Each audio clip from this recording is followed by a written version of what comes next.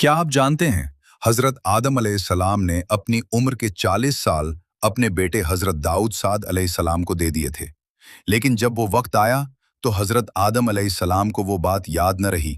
आखिर ऐसा क्यों हुआ और इस वाक़े से इंसान की फितरत के बारे में क्या सबक मिलता है? आइए रसूलुल्लाह सल्लल्लाहु अलैहि वसल्लम की बयान करदा ये हैरान कुन हदीस सुनते हैं।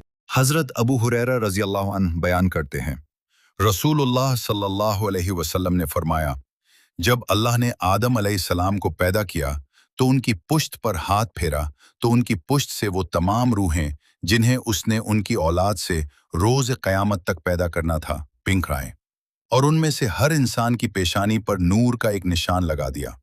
फिर उन्हें आदम अलैहिस्सलाम पर पेश किया तो उन्होंने अर्ज किया, मेरे परवरदिगार ये कौन है? फरमाया, तुम्हारी औलाद। बस उन्होंने उनमें एक शख्स को देखा तो उसकी पेशानी का निशान उन्हें बहुत अच्छा लगा। तो उन्होंने अर्ज किया, मेरे परवरदिगार ये कौन है? फरमाया, दाऊद। तो उन्होंने अर्ज किया, मेरे परवरदिगार आपने उसकी कितनी उम्र मुकर्रर की है? फरमाया, 60 साल। उन्होंने अर्ज किया, परवरदिगार मेरी उम्र से 40 साल इसे मजीद अता फरमा दे। रसूलुल्लाह सल्लल्लाहु अलैहि वसल्लम ने फरमाया, जब आदम अलैहिस्सलाम की उम्र के 40 बरस बाकी रह गए तो मलकुल मौत उनके पास आया तो आदम अलैहिस्सलाम ने फरमाया, क्या मेरी उम्र के 40 बरस बाकी नहीं रहते? उसने जवाब दिया, क्या आपने वो अपने बेटे दाऊद अलैहिस्सलाम को नहीं दिए थे? आदम अलैहिस्सलाम ने इनकार कर दिया। उसी तरह उसकी औलाद ने भी इनकार किया।